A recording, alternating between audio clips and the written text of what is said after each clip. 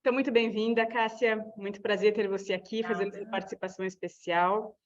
A gente está com várias alunas que estão em eventos hoje, dando mentoria e em viagem também, e retorno às aulas. Então, a gente está num dia atípico, mas o importante é que a gente vai ter essa aula de financeiro para olhar para o dinheiro, para olhar para a saúde da empresa com você, e elas vão poder assistir e tirar todas as dúvidas depois. Então, satisfação imensa de ter você aqui pela oportunidade, viu?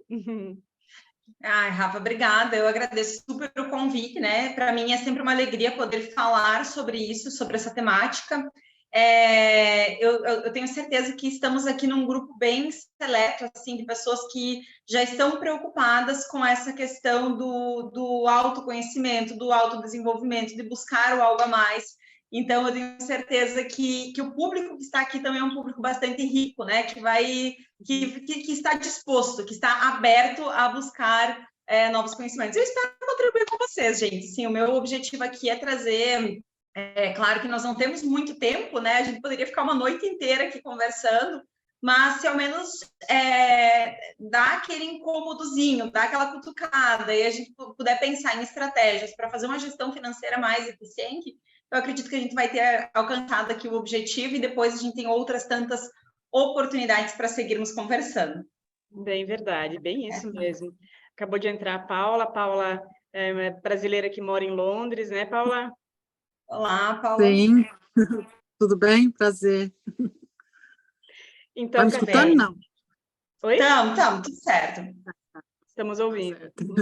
A Paula vai sair de viagem daqui a pouquinho e está aproveitando a pré-viagem para dar um oizinho aqui, né, Paula? Sim. Cássia, então, assim, o perfil do grupo são todas autônomas. São poucas as mulheres que compartilham o tempo com o CLT. Legal. A Mara é aposentada também, né, Mara? É aposentada e autônoma. A Paula trabalha com 2 atividades, porém autônoma. E todas as outras, ou 90% ou 100% autônoma, né? Então, assim, olhar para o dinheiro é algo que não nos é ensinado. Economia doméstica, economia de micro e pequeno empresário. Então, assim, é algo que a gente precisa aprender na lida mesmo. É como casamento. Quando a gente casa com a nossa empresa, nasce uma nova mulher de verdade. Exatamente. Você. Perfeito, obrigada, Rafa. Exatamente, né? A gente não sabe como fazer até que cai no nosso colo e a gente muitas vezes se preocupa muito com a questão técnica da nossa profissão, que é obviamente extremamente importante, mas a parte de gestão, a parte de outras partezinhas do negócio, a gente não sabe direito como fazer. E é normal surgir essa confusão. Seja isso com finanças, seja com relacionamento com eventual colaborador que a gente venha a ter, marketing, entre outras demandas que os negócios acaba surgindo, né, no decorrer. E é natural também que, à medida que o negócio vai crescendo, que o negócio vai se desenvolvendo, vai evoluindo, essas demandas começam a ficar maiores.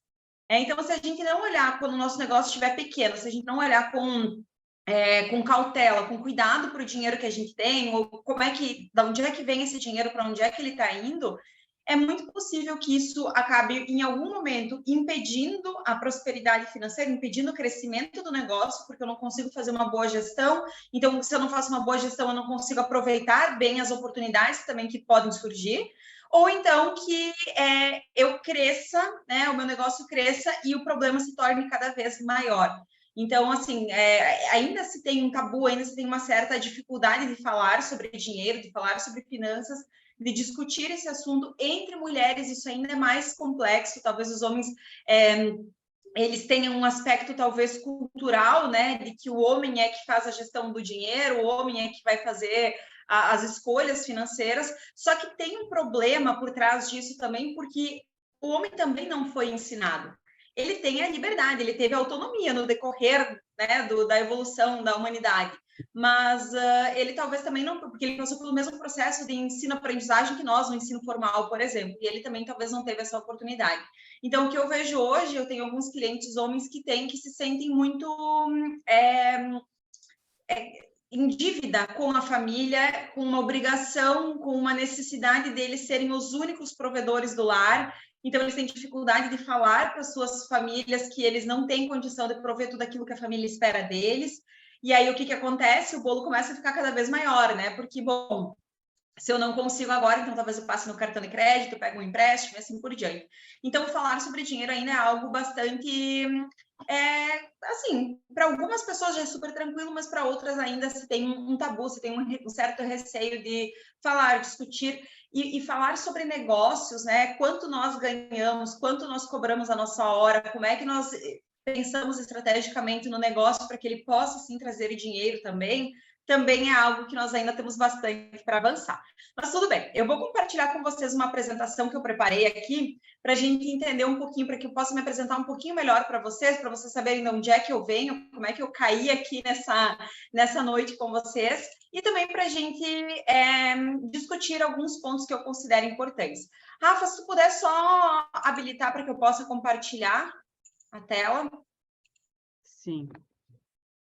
E, por favor, eu vou pedir a ajuda de vocês, se eu estiver falando muito rápido, podem sinalizar, tá? Porque, eventualmente, eu me empolgo e aí eu começo a falar mais rápido. Se estiver difícil de entender, me avise. Vê se deu certo agora, Cassiano. Deixa eu testar aqui. Deu. Tá tudo certo. Beleza. Muito bem. Então, vamos lá. Falar um pouquinho sobre mim, né? Por que eu começo, por que eu estou trabalhando com finanças? Eu tenho graduação em administração, em economia. Minha pós-graduação também é nessa área da economia. Sou professora universitária há 6, quase 7 anos já.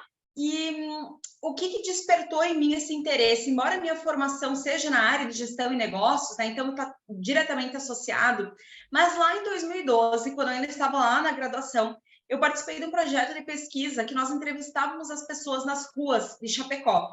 E aí, entrevistando as pessoas nas ruas de Chapecó, eu comecei a olhar para o comportamento delas, eu comecei a observar as coisas, eu entendia. Até então, a gente tinha muito forte, na teoria econômica, principalmente, que a renda era o principal determinante da condição financeira que aquela pessoa vivia. Então, era de se esperar que, quando a pessoa ganhasse mais, ela estaria mais tranquila financeiramente, estaria tudo resolvido, como se fosse um objetivo de vida, né? Eu preciso ganhar mais dinheiro para ir resolver os meus problemas financeiros. E, em contrapartida, então, quem ganhasse pouco dinheiro estaria numa situação ruim, desconfortável, de escassez financeira e assim por diante.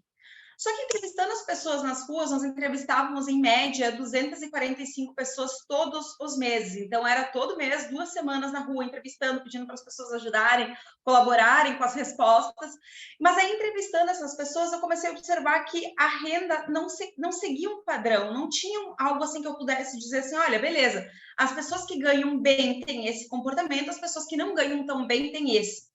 Porque tinham pessoas que recebiam um salário mínimo ou recebiam 10 salários mínimos e estavam numa situação, por exemplo, de endividamento, inadimplência, com dívidas grandes contraídas e assim por diante. E também tinham pessoas que recebiam 1 ou 10 salários mínimos que estavam numa situação financeira confortável. E eu pensava, poxa, como essa pessoa que recebe um salário mínimo está me dizendo que ela tem poupança? Como essa pessoa que recebe um salário mínimo não tem obrigação para pagar e aquela que recebe 10 tem? O que tem por trás, né? E aí foi nesse ponto, assim, de conversar com as pessoas, de sentir elas mesmo, que eu comecei a estudar uma área da economia que se chama economia comportamental. Um braço da economia comportamental são as finanças comportamentais.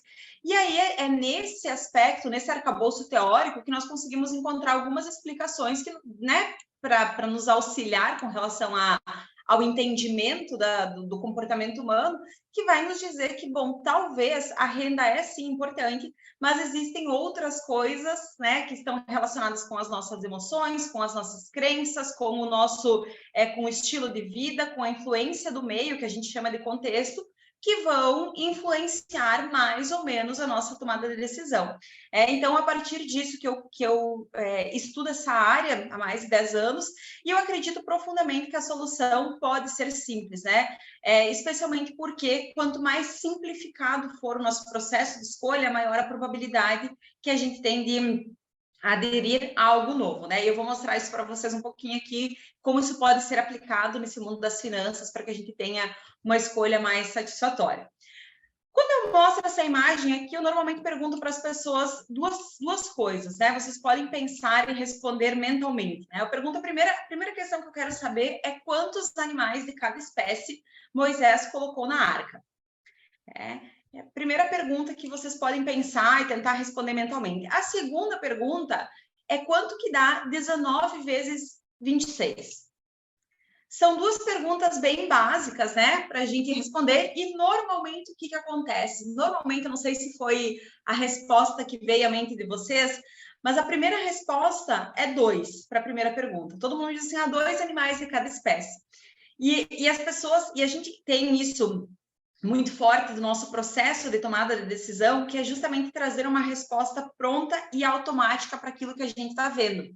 Na verdade, né? Alguém que pensou em 2 para a primeira pergunta?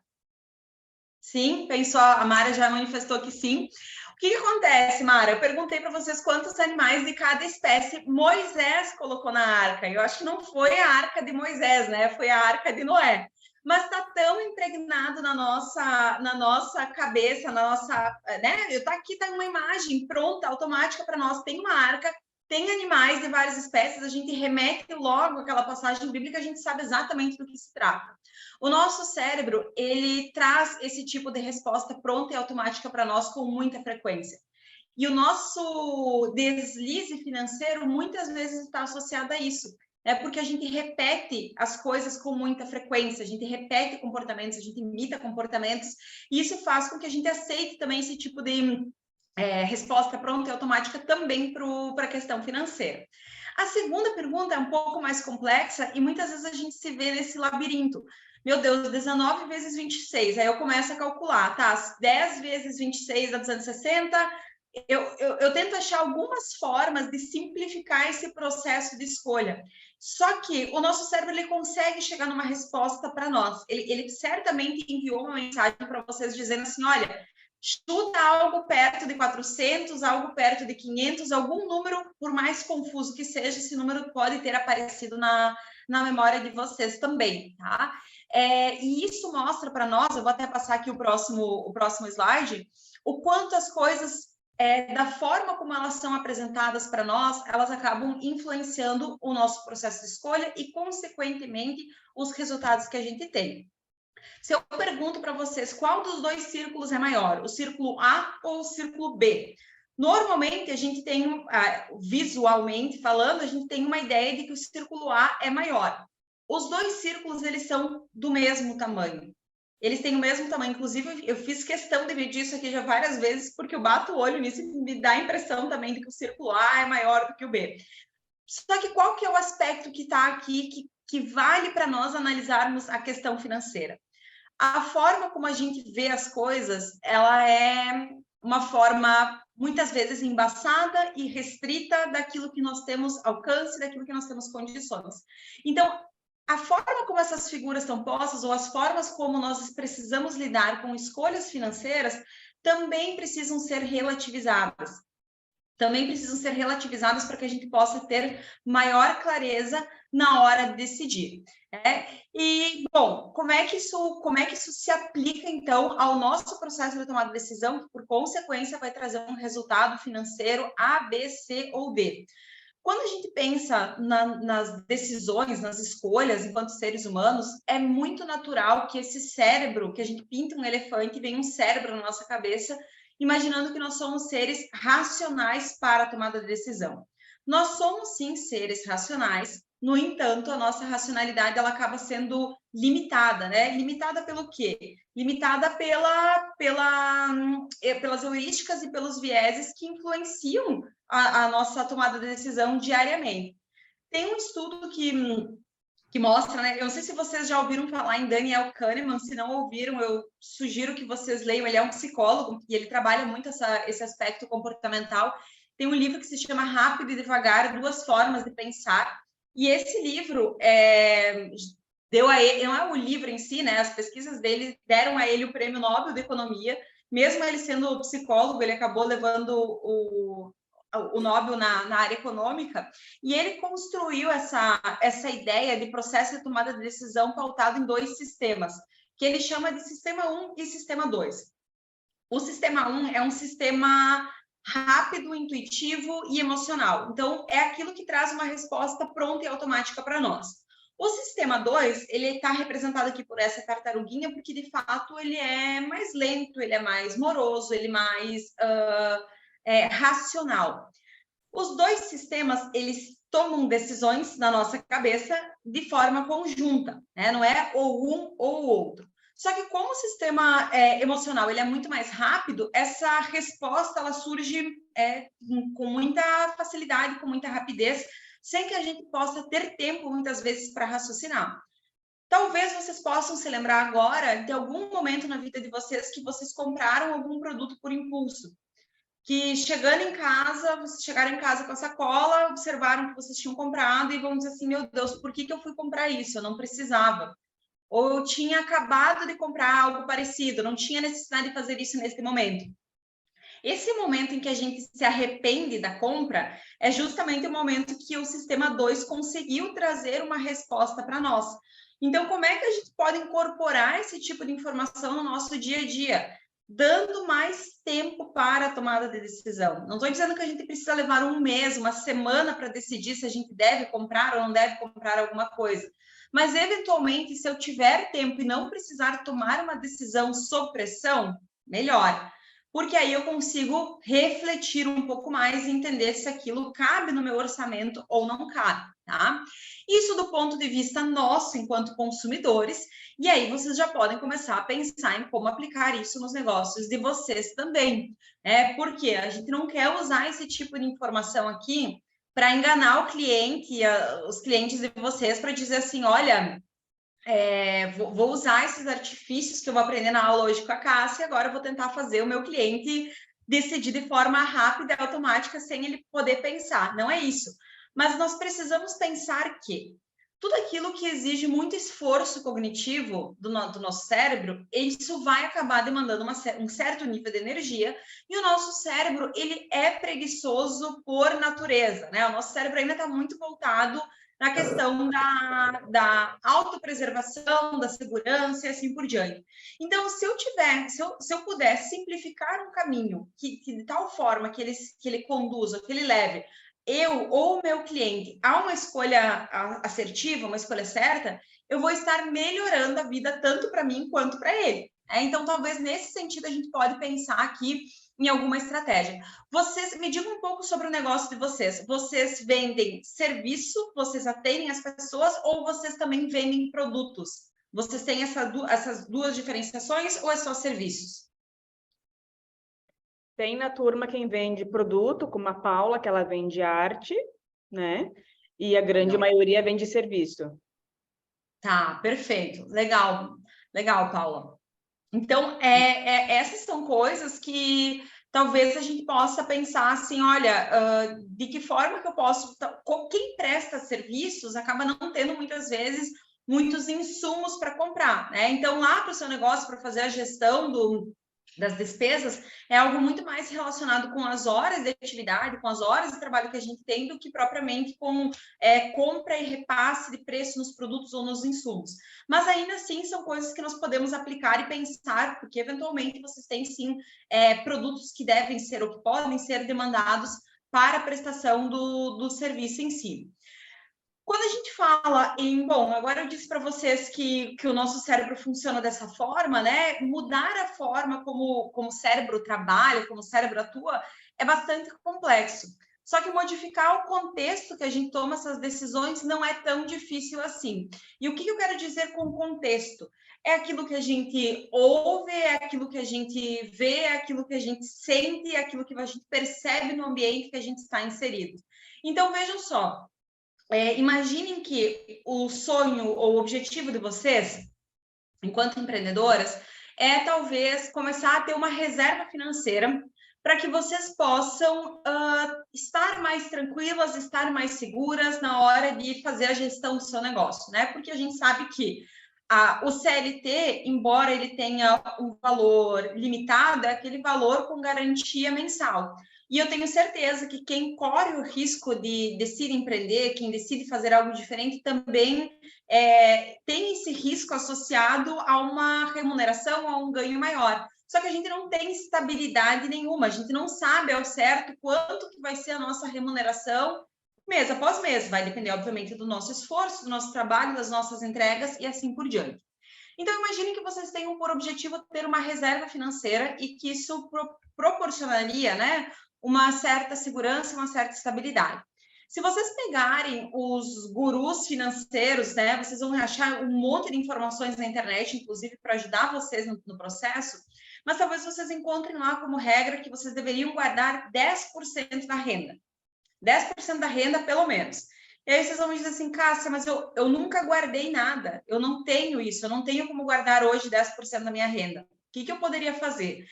Olha, como é que eu posso modificar esse contexto para que eu possa ter uma decisão mais assertiva e consiga alcançar o meu objetivo?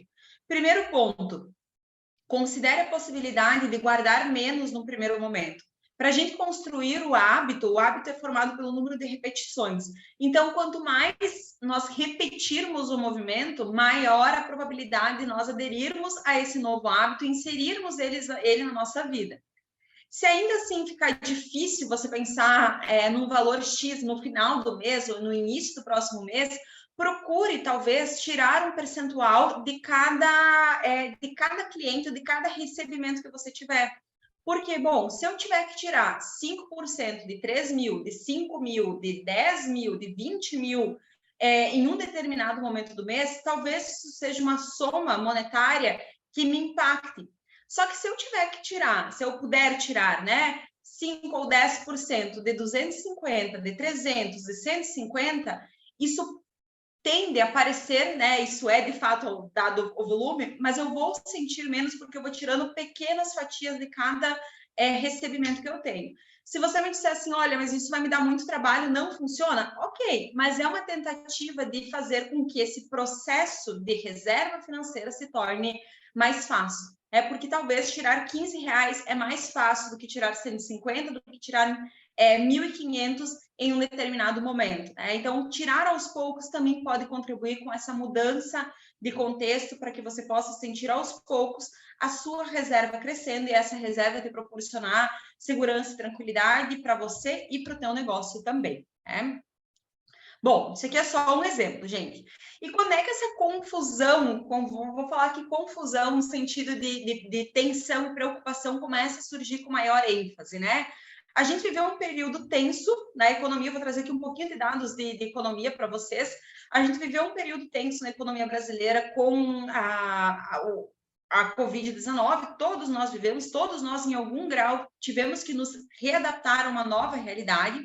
E isso fez com que, sim, muitas famílias perdessem, né, a sua fonte de renda, tivessem que se reinventar. E qual que é o problema, né, disso? Se eu não perco o meu emprego e os outros perdem o seu emprego, de alguma forma eu acabo sendo impactada por isso também, direta ou indiretamente. Talvez vocês não tiveram esse momento, não viveram esse momento delicado nessas proporções, não tiveram redução na sua renda, mas talvez alguém próximo a vocês, sim.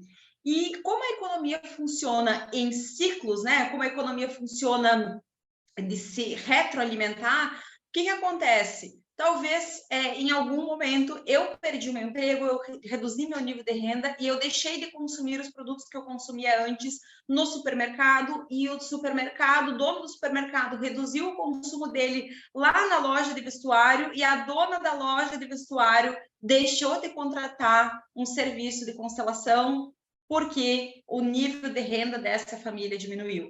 Então, a importância da gente olhar um pouco para o contexto no sentido macroeconômico também, para a gente entender que, embora eu não esteja diretamente relacionado, talvez o meu negócio seja só meu, ele não está diretamente influenciado ou relacionado com gestão política do país, estado, município, talvez ele não esteja diretamente relacionado com taxa de câmbio, com variáveis externas, taxas de juros, mas indiretamente sim. Indiretamente sim, todos nós, enquanto empreendedores, né, enquanto agentes dessa economia, a gente acaba sofrendo as influências. E saber disso, ou ao menos acompanhar um pouco desse movimento econômico, também nos permite, sim, antecipar alguns movimentos e nos preparar para as oscilações. Porque, vejam, as economias, que eu digo a sociedade como um todo, elas têm uma tendência ao longo do tempo de crescer a riqueza que é gerada. Só que esse crescimento de riqueza, ele não acontece de forma linear, ele acontece em forma de ciclo mesmo, né? Então, nós vamos ter períodos de prosperidade, períodos de recessão, períodos de prosperidade, períodos de recessão e assim sucessivamente. A questão é que nós não temos como garantir quanto tempo vai durar o período de prosperidade e nem quanto tempo vai durar o período de recessão. E é por isso que nós precisamos estar organizados financeiramente, tanto para aproveitar boas oportunidades num período de prosperidade econômica, seja no sentido de ampliar o nosso negócio, de expandir, de investir nesse negócio, e também estar preparados para eventuais, não vou dizer crises, né, mas eventuais impactos que a gente possa vir a sentir de uma queda ou de um impacto econômico-financeiro também. Então, ter uma reserva financeira, estar estruturado, saber de onde é que vem o nosso dinheiro, para onde ele está indo, nos permite construir estratégias interessantes para aproveitar bons momentos e também para, eventualmente, né, lidar com momentos adversos quando surgirem esses eventos, tá? Bom, e aí, falando um pouco aqui dessas questões, né? Nós temos o aspecto das crenças financeiras, que isso eu acredito profundamente que vocês têm mais conhecimento de onde é que vem essas crenças do que eu, né? Eu sempre digo para os meus clientes que é extremamente importante buscar conhecer aquilo que nós acreditamos, a forma como nós vemos o dinheiro, mas que eu não tenho o arcabouço para lidar, para resolver isso, para lidar e para ajudar esse cliente com isso. Mas uma coisa que eu gosto muito de ouvir dos meus clientes e que eu costumo fazer essa pergunta, e eu faço ela para vocês agora, é para a gente refletir, para a gente pensar um pouco sobre quais eram as palavras que nós ouvíamos falar sobre dinheiro quando nós éramos crianças. O que a gente ouvia falar sobre dinheiro? O que o pai e a mãe falavam sobre dinheiro? O que vem na nossa memória? O dinheiro está associado a uma coisa boa ou o dinheiro está associado a uma coisa ruim? Se falava muito sobre dificuldade financeira ou se falava muito sobre as oportunidades que o dinheiro proporciona? Nossa, quer falar, Rafa? Lá em casa, pelo menos, a gente veio de uma família bem simples, né? Então, imagina, a mãe, 13ª filha. Então, nunca teve um brinquedo. O brinquedo da mãe era uma espiga de milho, uma bonequinha de palha de milho que foi feito na época. O pai saiu de casa com 11 anos. Então, assim, a sabedoria que a gente trouxe do dinheiro, a energia do dinheiro, ela veio de muita escassez. Então, quando eu vejo tantos comportamentos, mesmo antes de eu fazer minha transição de carreira há quase 10 anos, o quanto isso interferiu. De conter, de medo de gastar, de medo de faltar. Para eu fazer a minha virada de chave lá atrás, antes da minha virada financeira, olha, foi muito trabalho de lapidação da mente mesmo, de como fazer isso, até em relação a como guardar. Com saúde para poder usufruir, né? Ótimo. Ótimo. Meu pai sempre falava, está achando que eu sou dono do Banco da Inglaterra? Ele ainda falava da rainha da Inglaterra. Olha acha que dinheiro dá em árvore, né, Paula?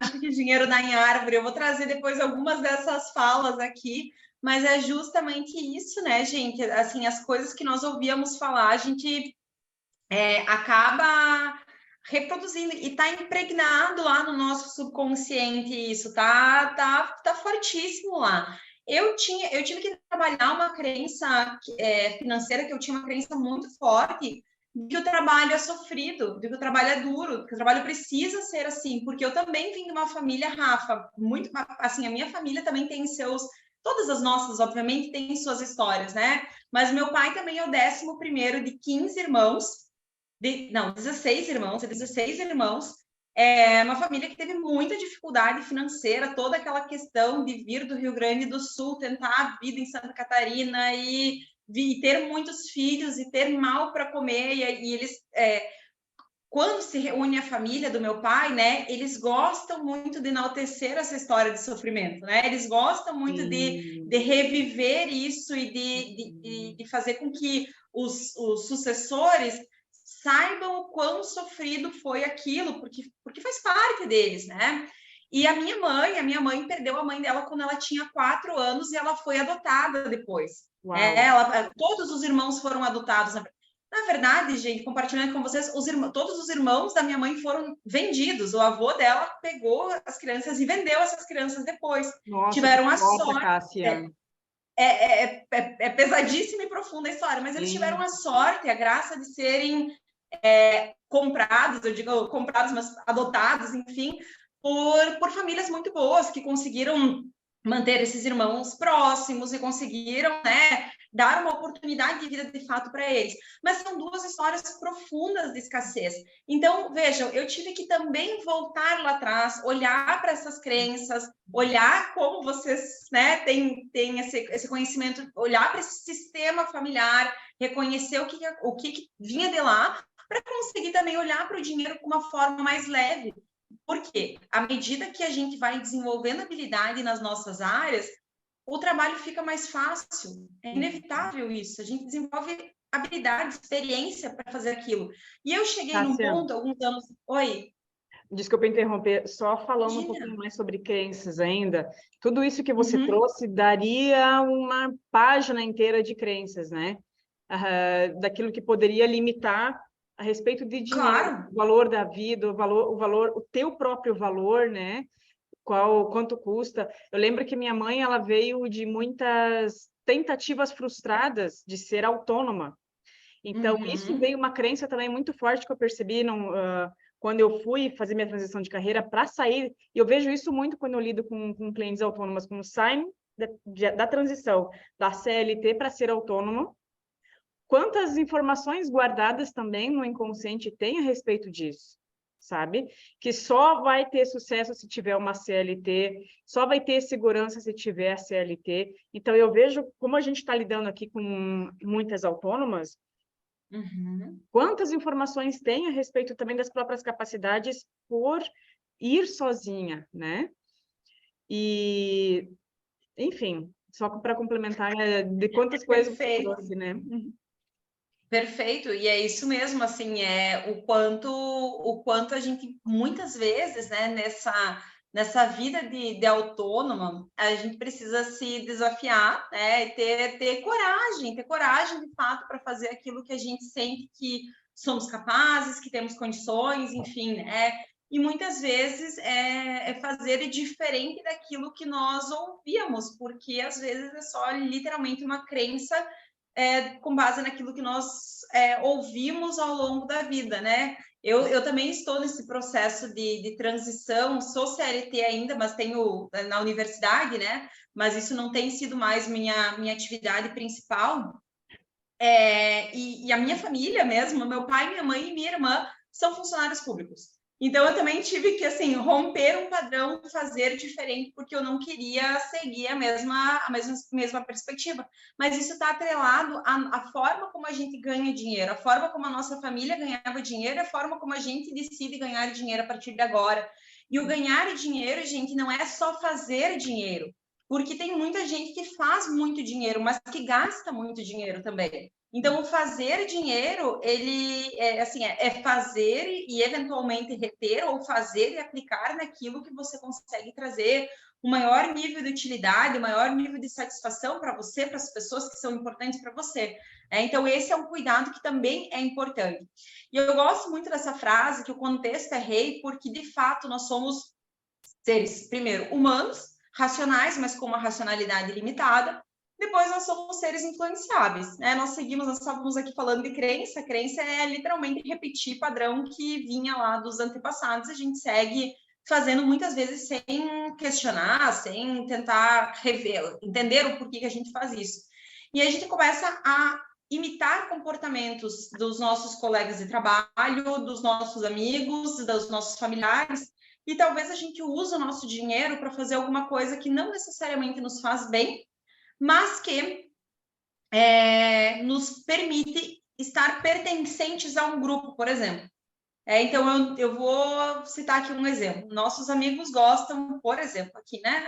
Gostam de viajar, fazer uma viagem. Decidiram fazer uma viagem para um lugar X que eu não tenho o menor interesse de conhecer, ou não tenho condição nesse momento, mas simplesmente para não ficar de fora, não estar fora desse círculo social, eu decido fazer um investimento, um gasto, enfim, né, naquilo que não me traz maior nível de prazer, satisfação e assim por diante. Isso aqui é um exemplo de uma viagem, dentre tantas outras coisas que acontecem no nosso dia a dia. Quando a gente fala sobre dinheiro, sobre pensar sobre as nossas escolhas financeiras, normalmente a gente pensa assim, não, eu penso antes de escolher. E eu digo para vocês assim, a gente pensa antes de escolher uma coisa grande. A gente pensa antes de trocar de computador, de celular, de carro, de comprar uma casa. Tudo isso a gente pensa com bastante clareza. Levanta aqueles prós, contras, vê a avaliação de vídeo, pede opinião de quem já comprou e assim por diante. Mas será que a gente pensa muito na hora de escolher o restaurante para almoçar todo dia? Será que a gente pensa na hora de comprar uma roupa? Será que a gente pensa na hora de... Enfim, outras coisas corriqueiras do dia a dia, porque isso acaba não tendo um peso tão grande no nosso orçamento e muitas vezes, por não ter um peso grande no orçamento, a gente acaba negligenciando. E aí a gente acaba fazendo o quê? Fazendo essas escolhas no piloto automático, no dia a dia, e isso que acaba comprometendo muitas vezes o nosso resultado financeiro. A gente não sabe para onde é que vai o dinheiro, porque a gente não pensa antes de escolher, a gente não dá esse tempo para pensar qual que é o motivo pelo qual eu estou fazendo a escolha X, Y ou Z. Ontem eu conversava com uma cliente, ela me disse assim, olha, eu comecei a olhar, eu não sou de, não como muito no almoço, enfim, mas eu percebi que no mês passado eu gastei mais de R$600 com almoço, porque ele almoça sempre fora de casa. E ela disse, só que daí, olha a questão, assim, mas eu tenho vale alimentação, só que eu não uso vale porque os meus colegas de trabalho gostam de almoçar num lugar que não aceita vale. E aí eu não quero ser a única diferentona da turma que não vai lá. Então, nesse momento, é uma escolha, ok? Pode escolher o lugar que você quiser e almoçar, não tem problema nenhum. Só que nesse momento, esses R$600 estão fazendo falta no orçamento, estão comprometendo o orçamento, sendo que tem vale, inclusive, para comprar aquele almoço, que não teria um gasto, né? Que poderia ser utilizado esse vale para essa finalidade. Então, esse é um ponto importante. Muitas vezes, as coisas grandes a gente acaba dando uma atenção especial e as coisas pequenas a gente não tem tempo, a gente não dedica atenção. E, de fato, pode ser que nos falte tempo. Então, como é que eu faço se eu não tenho como ficar pensando o tempo todo o que eu devo fazer? Eu tenho que pensar com mais clareza em todas as escolhas que eu faço, né? Um panorama, assim, olha, essa semana qual que é a minha estratégia, qual que é o meu objetivo e definir isso previamente, simplificar a escolha certa. Se eu simplifico a escolha certa, eu consigo ter maior probabilidade de aderir a ela e, assim, consequentemente, chegar nos resultados que nos interessam, né? Aqui, gente, vou passar bem brevemente sobre isso daqui. Na verdade, quando a gente fala sobre finanças, eu trouxe esse ponto porque você certamente trabalha com famílias também, né? Então, a gente acaba muitas vezes entendendo que dinheiro não é assunto de criança e que dinheiro não deveria ser trabalhado com as crianças. Se vocês tiverem a oportunidade, eu gostaria de sugerir que, claro, na medida da compreensão que a criança tem, na medida de não levar o problema financeiro dos pais, né, ou da família para a criança, porque de fato ela não tem nem condição de resolver isso, mas na medida do possível que os pais conseguirem inserir esse diálogo na família seria interessante, porque agora se tem a proposta, né, de trabalhar a educação financeira nas escolas, mas ainda assim nós temos que pensar em dois aspectos importantes, que isso é só um adendo no currículo escolar, isso não é algo que vai ficar assim, uma matéria específica que elas vão aprender a falar sobre isso. E se ela estiver no ambiente escolar e não tiver esse suporte em casa, não tiver essa discussão em casa, talvez a crença familiar dela pese mais do que o conhecimento que ela vai ter na escola. Sem contar que, talvez, porventura, quem for ensinar isso para ela também não tenha clareza ou não tenha tido a oportunidade de se organizar financeiramente antes de ensinar. Então, tudo isso são coisas que é um avanço importantíssimo, é ótimo que se tenha isso nas escolas, mas a gente não pode pensar que agora vai estar tudo resolvido, né? Agora a escola vai cuidar disso e as famílias não precisam mais conversar sobre esses aspectos. Muito bem. Meninas, como é que está a situação financeira de vocês? Pensem numa nota de 0 a 10. Não precisam falar se vocês não quiserem, tá? Fiquem à vontade. Pensem em uma nota de 0 a 10. Como está a situação financeira de vocês hoje? Como é que eu posso avaliar a minha situação financeira? Eu tenho tranquilidade para olhar para o extrato da minha conta? Eu tenho tranquilidade para olhar para a fatura do meu cartão de crédito? Eu uso o cartão de crédito para aquilo que para ter algum benefício, alguma vantagem, um parcelamento que não vai ter juros, enfim. Ou eu uso o cartão de crédito para comprar as coisas que eu preciso quando eu não tenho mais condição de fazer de outra forma. Eu consigo falar sobre dinheiro na minha família, eu consigo conversar com meu marido, com o filho, com amigos, eu consigo falar sobre isso? Pense um pouquinho, se vocês puderem dizer assim, olha, o saldo que eu tenho na minha conta hoje, ou que eu vou ter nos próximos dias, é um saldo muito próximo daquilo que eu gostaria de ter.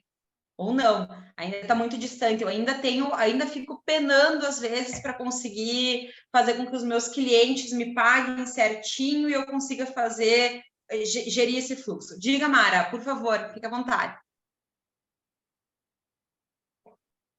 Eu queria te perguntar, Cássia, se você é a favor da gente parcelar, mesmo tendo dinheiro para pagar à vista, só para fazer no cartão. Perfeita pergunta, ótimo.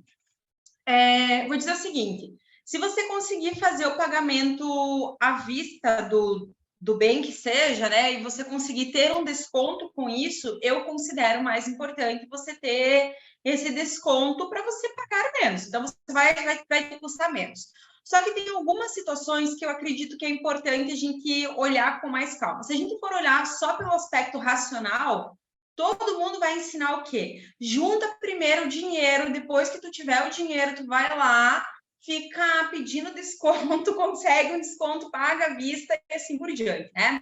Só que existem algumas situações em que talvez isso não seja mais interessante. Vou dar alguns exemplos aqui para vocês. Em casos que a gente não consiga desconto algum, talvez valha a pena você deixar, se você tem esse dinheiro, deixar esse dinheiro aplicado, rendendo um pouco, mas rendendo esse dinheiro ao longo do tempo e você pagar a parcela. Talvez, se você pegar a tua reserva financeira e comprar esse bem, você tirar da tua reserva, talvez comprometa a saúde financeira ou do teu negócio, teu capital de giro, ou então comprometa a tua estabilidade que eventualmente você precisa, você está tirando lá da tua reserva financeira, né? Então, em alguns casos, vale a pena, por exemplo, você manter a tua reserva financeira e pagar de forma parcelada. E, inclusive, gente, aqui se tiver gurus financeiros, poderiam até cair em cima de mim agora. Inclusive, se você tem o acréscimo de um percentual baixo, tá? Bem pequeno de juros, isso pode ser interessante. Vou dar um exemplo para vocês. Eu tenho uma dificuldade muito grande de ir na academia, gente. Academia, para mim, é uma coisa que eu não gosto de fazer, eu gosto de caminhar, eu gosto de correr, eu gosto de andar de bicicleta, eu gosto de patinar, mas eu não gosto de ir para academia, levantar peso e, enfim, fazer o que tem que ser feito. E aí eu comecei a pensar em estratégias para mudar esse meu comportamento, embora eu saiba que é importante, eu tinha dificuldade de fazer. O que eu fiz, né? Eu optei por fazer o pagamento parcelado da academia, porque existe algo que se chama dor do pagamento. À medida que a gente vai pagando e a gente tem que sentir a dor de pagar por algo, a gente acaba sentindo mais na pele aquilo acontecer. Tem um estudo incrível que mostra que as pessoas que pagam academia, elas tendem a ser comprometidas com a atividade física enquanto elas ainda estão pagando. Então, elas fecham planos semestrais e pagam em 3 vezes, nos 3 primeiros meses, enquanto elas estão pagando, elas estão indo para a academia. Depois, elas deixam de ir. Eu conversei com um amigo meu que é dono de uma academia, ele me disse que a maior taxa de desistência da academia dele é das pessoas que pagam à vista. Porque pagaram tudo de uma vez e nunca mais foram lá, nunca mais usaram, e aí elas ficam tranquilas. Então, Mara, assim, ó, depende, tá? Depende se esse dinheiro você está tirando de uma reserva tua e eventualmente você vai precisar e você compra a vista e perde a tua reserva. Isso pode ser um pouco delicado. Depende se você vai ter algum desconto ou não, e depende também se você tem autocontrole para fazer uma boa gestão do teu uso do cartão. Porque tem pessoas, por exemplo, que eu atendo que não conseguem fazer isso. Então, se é como se fosse um gatilho para liberar toda e qualquer compra depois, sabe? Então, ela vai lá e compra parcelado no cartão, e aí, beleza, agora o cartão está livre, vou continuar usando.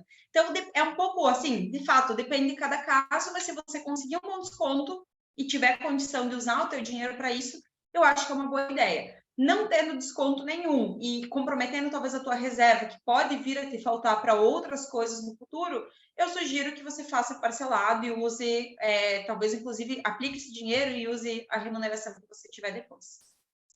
Podem falando, gente, fiquem à vontade. Obrigada. Imagina. Bom, eu, como sempre, desculpa o atraso, tá, meninas? Eu sei que não existe desculpa, mas por força maior. Eu gostaria de ver essa tua colocação, Cássia, sobre o cartão. E eu amei quando você falou agora sobre parcelar, porque eu não tinha essa noção, mas quando eu queria me cobrar algo, eu parcelava. E realmente, se eu pagar à vista, eu meio que deixo de lado. Exatamente. Adorei. Você não sente mais. Isso, parece assim que eu não tenho mais aquela sensação do compromisso. Então, se eu pagar ele parcelado, eu vou ter a sensação, cada vez que eu vou olhar aquela fatura, opa, tem isso.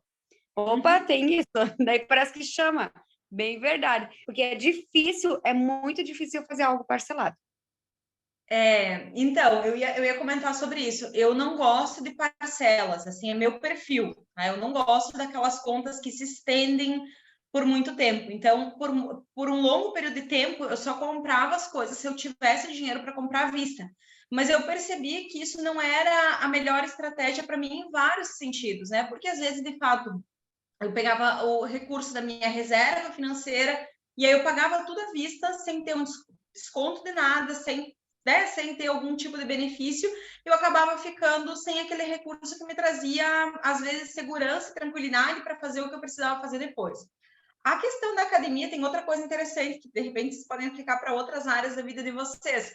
Eu estou agora dividindo o valor que eu pago por mês pelo número de vezes que eu vou na academia. Então, eu sei quanto custa cada ida minha na academia. Se eu quiser diminuir o custo da ida na academia, eu preciso ir mais vezes, porque aí eu consigo diluir. Então, tem mais isso que eu estou fazendo para ver se melhora essa minha escolha. Eu não vou para academia, né? Mas gostei da ideia. Apliquem no contexto de vocês. Diga, Rafa.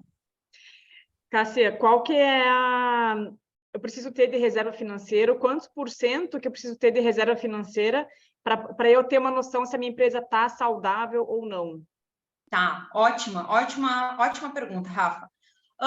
Se você jogar isso no Google agora, tu vai ter de 3 a 6 meses do seu custo de operação, tá? Ainda vão te sugerir o seguinte, se você for autônomo e tiver viver com essa oscilação de renda, enfim, o ideal é que você tenha 12 meses do seu custo fixo, tá? Gente, vamos lá. Se vocês não têm reserva nenhuma agora, eu vir aqui falar para vocês 12 meses do seu custo fixo, mas dizer, tá, mas eu vou trabalhar o resto da vida até conseguir ter 12 meses do meu custo fixo e não vai funcionar, né? Então, cuidado, não se desespere. É bom ter isso? É óbvio que é, porque aí pode acontecer a pandemia que for, que não aconteça nunca mais, né, gente? Mas pode acontecer um problema grave em termos econômicos, que nós vamos ter uma reserva financeira que nos permita nos reinventar nesse processo, né? Porque muitas vezes o que acontece? Se eu não tenho nenhuma reserva financeira, qual que é a maior probabilidade que tem para o autônomo, gente? É voltar a ser CLT. É a maior probabilidade que tem. Ele não tem nenhuma reserva, não tem nenhuma garantia, não tem nada. Começa a bater o desespero, começa a bater a angústia, diminui o número de cliente. A primeira coisa que ele faz é dizer, não, eu não posso, meu negócio não está dando certo.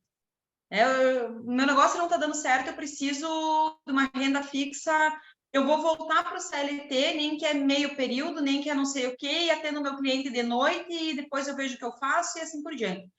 Isso, assim, gente, é um pouco complexo, né? Porque, primeiro, que é um sonho nosso. No empreendedor tem o sonho de fazer o seu conhecimento rodar o mundo e ser reconhecido por isso.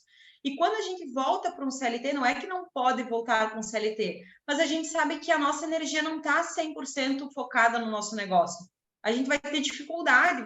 Se vocês já dividiram, se vocês ainda dividem, né, a energia de vocês CLT mais o negócio, vocês sabem que as demandas são diferentes e que sugam energia, que a gente tem dificuldade de colocar energia onde é que a gente quer que cresça e que prospere, né? Então, essa é uma questão.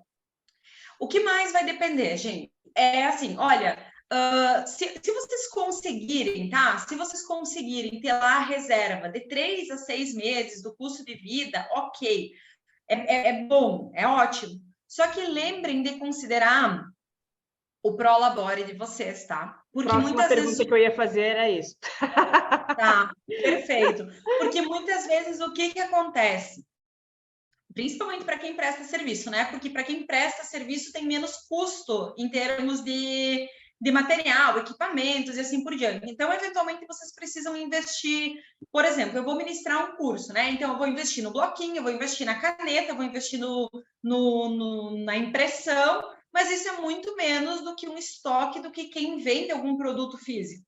Então, o prestador de serviços, ele tem essa característica muito específica, que muitas vezes ele não tem tanto custo assim de insumo mensal. Só que aí a gente esquece de considerar qual que é o valor do nosso salário. Quanto que a gente ganha todo mês? Quanto que eu deveria me pagar, né? E aí eu vou lá fazer a minha conta, vou ver a conta, não. Para minha empresa se manter, eu preciso de R$1.000 por mês. Então, para R$1.000 por mês, tem que fazer vezes 3, vezes 6. Então eu preciso de uma reserva financeira de R$6.000. Tá, beleza. R$6.000, eu fico bem tranquilo que 6 meses da minha empresa está garantido. Eu esqueço que eu tenho que pagar salário, né? Quanto que você consome de salário? Não sei, eu pego tudo aquilo que sobra da minha empresa e consumo enquanto pessoa física. Se você não tem noção, às vezes você acredita que sei lá, você não tem parâmetro para tomar essa decisão. Então, o que deveria ser? Vocês deveriam ter um valor específico que seria o valor da remuneração de vocês. Quanto que a empresa de vocês tem condição de pagar todos os meses para que você execute a atividade que você executa nessa empresa? Eu consigo receber 70% de tudo aquilo que entra. Tá bom, então eu tenho que dar uma olhada lá quais são os meus custos, mas 70%, sei lá, eu vou chutar um valor hipotético aqui, tá, gente? Vamos supor, eu recebo R$100 por atendimento, então R$70 é para mim, R$30 é para manter a estrutura do meu negócio. Só que aí começa a fazer a conta, tá? Se esses R$30, quantos atendimentos você faz por semana, quantos atendimentos você faz por mês, quanto daquilo vai para pagar a estrutura física que você tem e quanto daquilo vai, inclusive, para a sua reserva, né? Para aumentar a sua reserva. Eu não gosto muito do termo reserva de emergência, gente, porque pense em emergência, o que vem na nossa cabeça? Coisa ruim? Só vem ambulância, hospital, emergência, sirene, assim por diante, né? Então, o nosso cérebro, o nosso inconsciente está mandando essa mensagem: guarde dinheiro para uma coisa ruim. Não vou guardar porque eu não quero que nada de ruim aconteça. Então, às vezes a gente pode mudar o nome, assim, sei lá, reserva, né? Chama de reserva financeira, algo que possa ser, inclusive, para aproveitar boas oportunidades que possam vir a surgir, uma parceria, uma viagem, um negócio, algo que seja interessante para o negócio de vocês também. Uma mentoria, exatamente. Aquilo que faça o meu negócio crescer de alguma forma, né? Que me possibilite ganhar mais dinheiro depois, enfim. Então, eu acredito que tem essas duas questões que são bem importantes, tá? Considere... Oi, diga. Então, vamos pensar assim, ó. Quanto que eu deveria, dentro do faturamento que eu tenho no mês, separar como meu salário? Porque como eu acredito que todas nós trabalhamos com uma oscilação de salário, a gente não tem um salário fixo. Uma porcentagem assim, se esse mês eu faturei 5.000, quanto por cento eu devo tirar? O mês seguinte eu faturei tantos mil, quanto por cento? Uma porcentagem, para que a gente talvez assim tenha uma definição. Porque quando eu vou diminuir a minha porcentagem, eu vou querer trabalhar para produzir mais, né? Sim, perfeito, perfeito. Olha, gente, eu não gosto muito de receita de bolo, tá? De dizer assim, faz agora, a partir de agora, 60% do que entra é para ti e o resto é para tua empresa. Porque nós precisaríamos entender um pouco mais de cada situação, tá? Qual que é a dinâmica, qual que é o resto do que envolve o negócio de vocês. Por exemplo, assim, o meu negócio, eu pago aluguel, eu não pago aluguel, eu tenho contas a mais de energia elétrica e internet ou não, eu uso a mesma da minha casa. Tudo isso aumenta, por exemplo, os custos fixos, que eventualmente, se aumentar o custo fixo, eu vou ter que reduzir um pouco a minha margem para conseguir dar conta dessa de manter esse meu negócio também, tá? Mas vamos lá, eu acredito que, assim, o que vocês poderiam testar, então, né? O que vocês poderiam testar no negócio de vocês? De 50% a 70% seria algo que vocês poderiam testar, ver se funciona. Talvez, gente, eu gosto muito de deixar bem clara essa ressalva, talvez 50% seja muito para algumas de vocês e talvez 70% seja muito pouco, de acordo com a dinâmica que o negócio de vocês tem. Mas vocês teriam que testar. Considerem a possibilidade, inclusive, de estabelecer um prolabore fixo, tá? Por quê? Porque se vocês tiverem uma reserva financeira no negócio de vocês, tendo o prolabore fixo, o mês que oscilar, a empresa vai ter condição de pagar o prolabore. Vocês não precisam depender mais dessa oscilação. Isso vai ajudar, inclusive, vocês a se organizarem, pessoa física, tá? Quando é que eu começo a fazer isso? Quando a minha empresa tiver uma reserva financeira capaz de bancar o valor que eu estabeleci. Então, vamos supor aqui, vou estabelecer que o prolabore é de R$3.000, tá? Tô trazendo um valor hipotético aqui. O prolabore é de R$3.000, mas eu estou vendo que eu estou vendendo muito, que está aumentando muito, está crescendo muito o dinheiro da minha empresa, o caixa está gordo e assim por diante. O que eu posso fazer? Eu posso fazer uma distribuição de lucros. Eu posso distribuir uma vez por trimestre, uma vez por semestre, uma vez por ano, uma vez por mês, se eu quiser, a contabilidade vai aceitar isso também, mas vocês podem fazer uma distribuição de lucros. Por quê? Isso acaba ajudando vocês a terem um pouco mais de estabilidade para fazer a gestão financeira, porque pode sim acontecer que, vejam só, quando o negócio de vocês oscila, aquele mês que você disse assim, hoje esse mês não foi tão bom, o mês que vem foi muito bom, o outro foi mais ou menos, o outro foi extraordinário, assim por diante, e você acaba tirando sempre um percentual que varia conforme essa entrada e saída, você, enquanto pessoa física, também tem dificuldades para organizar e tomar suas decisões, a fazer uma boa gestão financeira do seu pessoal. E talvez isso te induza, inclusive, no mês que a tua empresa teve um resultado extraordinário, te induza a fazer escolhas que estejam associadas àquela renda elevada, que você não tem certeza se isso vai se manter depois ou não. Então, esse é o cuidado que eu sugiro para vocês que vocês tenham. Para ter um pouco mais de previsibilidade, talvez ter um valor fixo e fazer uma redistribuição de lucros de tempo em tempo. Diga. Deixa eu entender melhor como é que funciona o Prolabore. Ele vem de uma parte do líquido da empresa, ou desse Prolabore eu faço o pagamento também das contas da empresa? Como é que funciona? Não. Perfeito. Ótima pergunta. Vamos trazer aqui para esses dois exemplos que a gente estava trazendo, duas formas aqui. Se vocês estabelecerem um valor fixo para o Prolabore, esse é o valor que a empresa teria que ter condições de pagar vocês. Então, tudo aquilo que entrou de recurso na empresa, imaginem vocês que vocês faturaram no mês R$10.000, tá? Faturei lá no mês R$10.000, mas o meu Prolabore está cravado, está estabelecido em 13.000. Então, 3.000 é para pagar o Prolabore, né? O salário da dona do negócio, quem faz acontecer. R$1.000 é para despesas fixas, 10% disso vai ser para uma reserva, então 10% vai para a reserva, e sobrou os outros 5%, os outros 5.000 sobraram no caixa da empresa. Né? O que a empresa decide como fazer com esse dinheiro? O que a empresa pode decidir? A empresa pode decidir reinvestir no próprio negócio, pode decidir aplicar, pode decidir colocar lá na reserva, pode decidir distribuir uma parte em forma de lucro. Dizer, olha, então esse mês você trabalhou muito bem, você ganhou o teu salário Prolabore e vai receber mais um percentual X. Só que tomem cuidado, gente, aqui é uma coisa muito séria. Tomem cuidado para essa regra não ficar mudando todo mês. Porque se todo mês eu decido assim, não, hoje eu vou pagar 5% de lucro, amanhã eu vou pagar... Eu não tenho previsibilidade nenhuma, eu não consigo me organizar com isso, entende? É a mesma coisa que pegar o dinheiro, pagar as contas e ficar com o que sobra. Não vai mudar nada. Essa é uma forma, tá, Rafa? Definir um Prolabore fixo, um valor fixo. Entrou 10.000, é 3.000 o salário, chutando aqui o valor, vocês definem, vocês vão sentindo qual que é o nível de salário que vocês precisam, quanto cabe na empresa de vocês, definir um valor fixo, paga esse valor fixo e de tempo em tempo pode vir a fazer distribuição de lucro. Vocês podem, inclusive, ter metas, gente. Se eu faturei até 7.000, por exemplo, aqui nesse caso, né? Faturei até 7.000, eu vou pagar 5% de distribuição de lucro. Faturei 10 mil, eu vou pagar 7% de distribuição do lucro, porque afinal de contas eu trabalhei mais, eu mereço ganhar mais, né? Isso vocês podem pensar e estruturar o negócio de vocês dessa forma.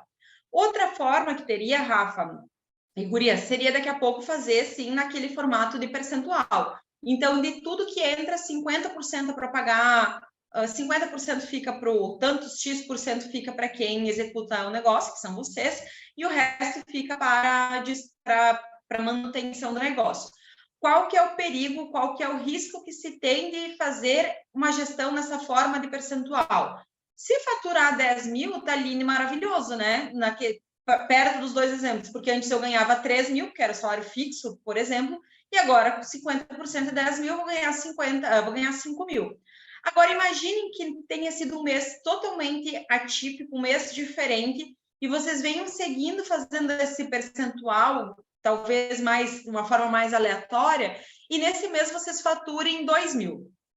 2 mil. De 2 mil, 1.000 é para pagamento, 50% vai para vocês. Qual que é o problema claro que a gente tem aqui já? Se você não tem uma reserva financeira, você vai ver que 1.000 talvez não seja suficiente para pagar as suas contas da empresa, para fazer frente àquilo que você precisa no teu negócio, e você vai perceber que os outros 1.000 não são suficientes para você, pessoa física. Então, esse é o detalhe que eu sugiro que vocês tenham bastante atenção. Se vocês não tiverem um valor, uma renda, um prolabore fixo no negócio de vocês, que vocês saibam quanto vocês vão ganhar, mesmo que vocês tenham uma variação de lucro, um percentual, algo relacionado à meta, talvez vocês encontrem mais dificuldade justamente por oscilar muito as entradas. Pode falar, Rafa. Começa um monte de dúvida, né? Olha só, qual que é a principal dúvida que eu vejo, assim, que acontece de ser autônomo? Como muita gente acaba tendo uma única conta para receber, dificilmente consegue, eu vou pegar, por exemplo, 10 mil e vou dividir para depois reaplicar, para depois ir para reserva de emergência, enfim, para reserva. Então, assim, o que você sugere? Todas as entradas vão para uma única conta e depois, dia X, distribui? O que você sugere para ter um gerenciamento mais palpável? Perfeito. Eu sugiro ter uma conta única, tá? Se possível, não sei se vocês têm, como é que funciona a prestação de serviço de vocês, se vocês têm empresa constituída, se tem CNPJ, se vocês atuam pelo CPF, enfim, como é que é essa questão, mas eu sugiro que vocês tenham uma conta separada, se possível vinculada ao CNPJ, se vocês tiverem, né, para que vocês possam ter uma central de comando, sabe, para que vocês possam entender e pagar a partir dali as contas que são relacionadas à empresa, para que vocês saibam quanto que entra, quanto que sai. Mas talvez, Rafa, mais do que ter... eu não sei se vocês já têm o hábito de fazer a anotação das entradas e das saídas, mas fazer isso, eu já vou mostrar aqui um passo a passo para vocês, é extremamente importante para que vocês conheçam como é que se dá o fluxo financeiro de vocês. Quem são, e isso vai junto assim, quais são os serviços que eu presto, quais são os serviços que estão me dando mais dinheiro, quais são os serviços que estão me dando mais entrada, quem são os meus principais clientes, de onde é que vem, como é que eles estão pagando, como é que os meus clientes estão me pagando, se eu consigo fazer esse pagamento todo à vista, se eu só recebo depois de 30, 40, 60 dias o pagamento do meu cliente, tudo isso interfere, né? Porque sim, diferente do CLT, você não vai receber esses 10 mil numa bolada só, e eventualmente você vai receber uma parte até o dia 10, você vai ter que pagar todas as contas até o dia 10, e depois você vai receber no dia 15, no dia 20, vai receber picado. Então, dependendo da dinâmica de entradas e saídas de cada uma, talvez vocês tenham que se organizar no sentido de saber, os recebimentos, até os primeiros recebimentos são para pagar as obrigações, né? E dividir ali conforme também vocês vão reconhecendo qual que é o fluxo de vocês, tá? Então, assim, minha sugestão é concentrar tudo numa conta só e ter anotadinho, gente, anotadinho, tudo que entra na conta, o que entra... no dinheiro, que entra no Pix, que entra aqui e ali, porque eventualmente eu pego o dinheiro que eu acabei de receber da minha cliente e lembro que está faltando pão e leite em casa e eu corro no supermercado para comprar aquilo e eu não anoto que saiu do dinheiro, que saiu para uma conta da pessoa física, né? e aí eu não tenho indicador para tomada de decisão na minha empresa, eu não sei direito se a minha empresa está dando certo ou não. E esse também é um ponto que faz muitas vezes as pessoas fecharem o seu negócio e voltarem para um CLT, né? Eu já ouvi muita gente falando assim, eu acho que eu vou desistir da minha empresa porque ela não está dando certo, não está dando lucro. Eu não sei se não está dando lucro ou se daqui a pouco não sou eu, pessoa física, que estou consumindo com todo o lucro do meu negócio, né? Então, não vai resolver o problema voltar para o CLT, porque aí você vai ter uma renda que está limitada. Enquanto empreendendo, você tem pelo menos a possibilidade, né, de explorar outros caminhos e de alcançar outros resultados também. Gente, eu vou passando aqui, tá? Mas aí fiquem à vontade se vocês tiverem dúvidas, tá? Daqui a pouco eu vou mostrar para vocês uma forma de pensar nessa organização. Quando a gente fala de finanças ou de educação financeira, a gente normalmente associa, não, finanças, educação financeira está ligado com a escassez de dinheiro. E, de fato, tá ligado com a escassez de dinheiro, né? A escassez é a falta de algo, mas também está ligado com a escassez de tempo e com a escassez cognitiva. As pessoas têm pago cada vez mais para ganhar ou para comprar tempo. E eu sugiro fortemente que vocês comprem tempo sempre que vocês puderem.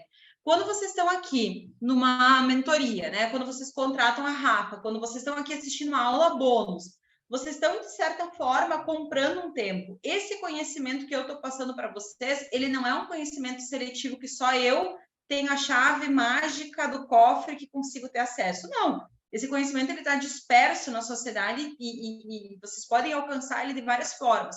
Só que como é que vocês estão economizando tempo estando aqui e vão ganhar dinheiro com isso? À medida que vocês não precisam ler tudo aquilo que eu li, estudar tudo aquilo que eu estudei para conseguir chegar na parte mastigada que eu estou trazendo aqui. Da mesma forma, quando vocês acompanham a Rafa, vocês têm acesso a uma mentoria de carreira, que vocês conseguem encurtar vários passos, né? Conseguem chegar ou ter acesso a um conhecimento de uma forma mais mastigada, mais pronta, para que vocês possam já colocar em prática. Mas é que daí tem que pagar. Isso é um vício do empreendedor, gente. A gente não quer pagar por nada, né? A gente não quer, muitas vezes, pagar para ter acesso a alguma coisa diferente. Bom, mas então você vai ter que dedicar teu tempo. Se você não quer pagar com o dinheiro, você vai pagar com o tempo. O que é mais precioso para você hoje? Quanto tempo você vai dedicar para aprender e depois quanto tempo você vai perder para colocar isso aqui em prática para começar a ter um resultado financeiro. Então, às vezes, a gente tem que ter um cuidado. Diga, Rafa. O que a Cássia está trazendo aqui, gente, é uma quebra de objeção gigante na hora de você fechar um negócio. Porque, inclusive, hoje à tarde, eu ouvi de uma cliente dizendo, eu não tenho tempo para fazer a mentoria. Eu disse, ok, não tenho tempo para fazer a mentoria, mas o que acontece? Fazendo a mentoria, que foi o que a Cássia acabou de trazer, economiza quanto tempo para resolver os problemas que tinham, ou quanto mais você vai precisar gastar tempo para resolver aquilo que você vai resolver nesse lugar. Entende? Então, isso é uma quebra de objeção gigante quando a gente fala, quando as pessoas utilizam o tempo como desculpa, tá? Anotem aí. Perfeito, né? Isso sem sombra de dúvidas, né? E aí, o que no final das contas, gente, eu estava ano passado num evento do Joel J, não sei se vocês conhecem ele, estava num evento dele em Santos, e aí ele trouxe o Flávio Augusto, que é o cara da Geração de Valor, que é uma pessoa que eu acompanho, né, tem a ver com a minha área de formação, bastante. E aí o Flávio Augusto, para quem não sabe, ele é milionário, assim, tem muito dinheiro mesmo, tem muita grana, não precisa se preocupar com quase nada, assim, no sentido financeiro. Mas aí ele trouxe uma coisa, assim, que eu achei muito importante. Ele disse, olha, por que a gente quer dinheiro? Lá no fundo, por que a gente quer dinheiro? A gente quer dinheiro para ter condição e ter tempo para passar com as pessoas que a gente gosta.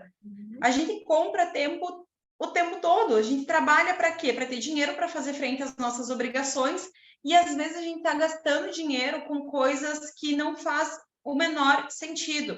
Eu digo para os meus clientes, olhem para a fatura do cartão de crédito de vocês. Aí tem lá umas 5, 6 assinaturas de serviço de streaming, né? Tem Netflix, tem HBO, tem Disney+, tem não sei o que lá.